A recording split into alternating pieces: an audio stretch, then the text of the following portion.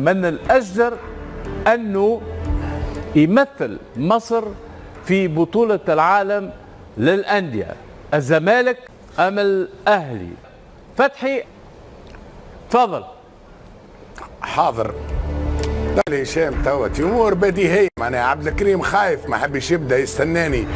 الشوط الاول الكارثي، فريق عنده في مده 90 دقيقه 45 وهو نائم، كيف سينور الافارقه والعرب؟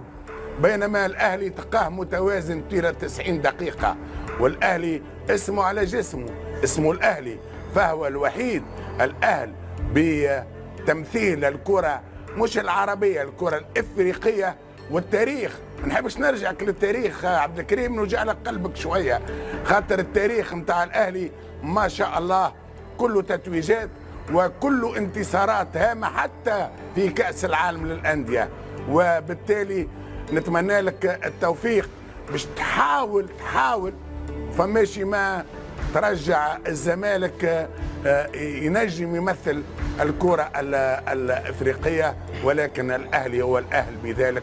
وهذا كلامي الاول والاخير، وهذه قناعتي وقناعه كل واحد موضوعي يفهم كرة ويعرف الاهلي هو الكل. راهو الاهلي سينور الكرة العربيه والافريقيه، وهو الوحيد القادر على ذلك، وهذا ما اتمناه له.